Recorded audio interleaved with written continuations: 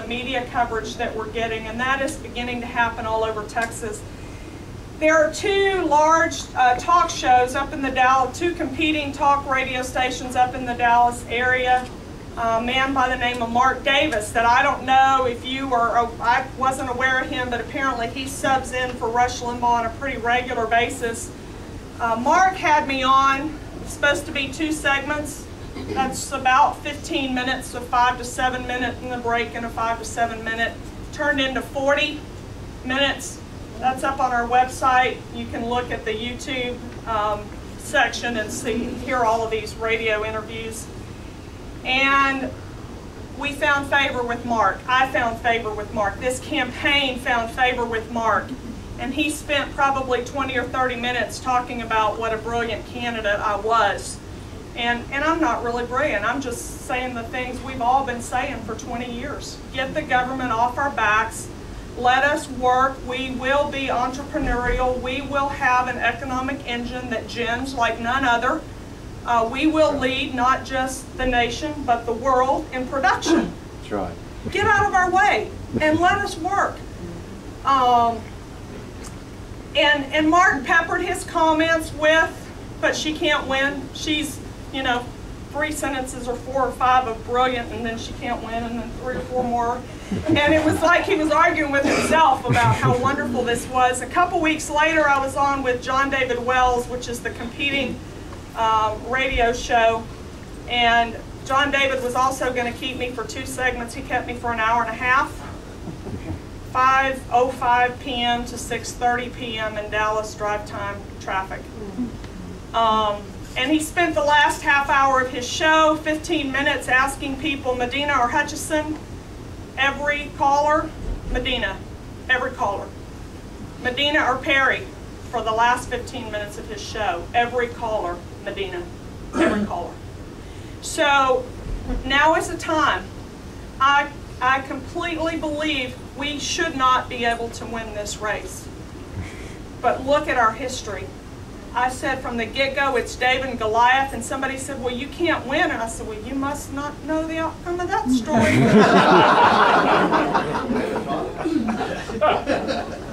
We can win this. Jefferson, Madison, Franklin, Washington, could they beat King George? Impossible. We have a nation today because of that kind of courage. Right. Terry reminded me recently about, what's the name of the Washington? Was it the Invincible George Washington? What did you call me that? Indestructible? The bulletproof George Bulletproof Washington. You know, the stories of he should not have survived, but he did. I'm looking for evidence of that.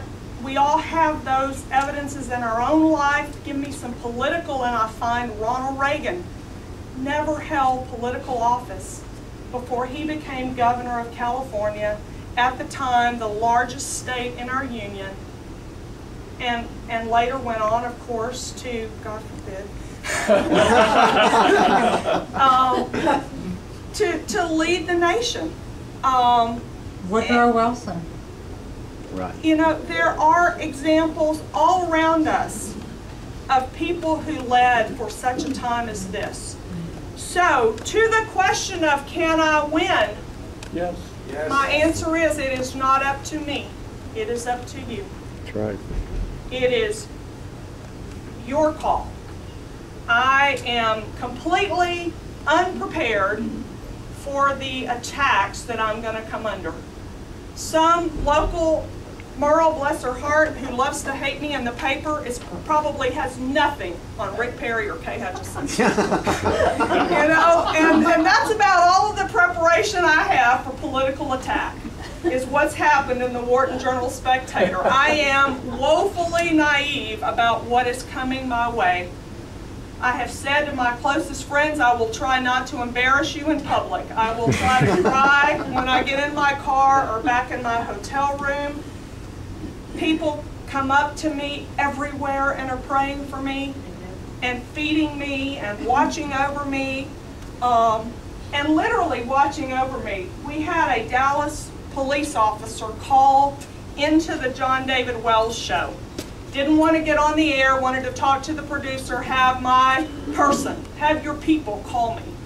I want you to ride patrol with me, which I did. Noe and I both rode in 2 separate cars. They wouldn't accept the liability of putting us in the same vehicle. So I got the unmarked police car and Noe got the regular Dallas PD vehicle, and we got to ride with Dallas police officers on Saturday night for several hours, the 11 to 7 shift. But he's so concerned about my safety that he scheduled a meeting with Todd and Terry and one of the guys from Fort Worth with a guy that runs an international private investigating firm. And that guy said, I'll just go to your event. You're speaking to that Fort Worth 912 rally, 20,000 people standing in the rain for 4.5 hours on Saturday in Fort Worth. Look it up on the internet. It was incredible. Slickers, umbrellas, there because they are engaging their political process, tired of this slide, aware of this slide to socialism or fascism or whatever ism you want to tag it with. It's not a republic. And they see that and they're engaged in that. And he was just kind of scoping out what was going on to see whether Deborah was in jeopardy. And my regional field director from Houston was there. He happens to be a veteran of the 82nd Airborne. And he engaged that guy, not knowing that there was a security guard there watching to see what was happening. So there are protectors around me that are coming from places that we don't know. I've been working on economic policy. It is the thing that I am most believing is the role of the governor. I have been under Ron's tutelage, as many of you have, for years. He is calling the economic decline, predicting it very accurately. We have spent too much money in the United States of America.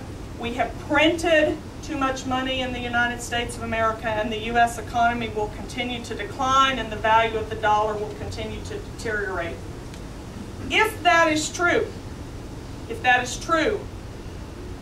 and you think that that's a possibility, you are doing things to protect your own investments, and it is the role of the leader of the state of Texas to do what he can to create a hedge around Texas to shore up the Texas economy to the degree possible. So early on, Greg Stissel, where are you, Greg? Gave me an article, just kind of said, here, you might be interested in this. And it was talking about sound economic policy for states. The author of that article is a guy named Dr. Ed Vieira. Ed Vieira has 6 PhDs, a number of them from Harvard University. I called Tom Woods, who's an Austrian economist, and I said, Tom, I need some help with economic policy. I need an actuary is really what I need.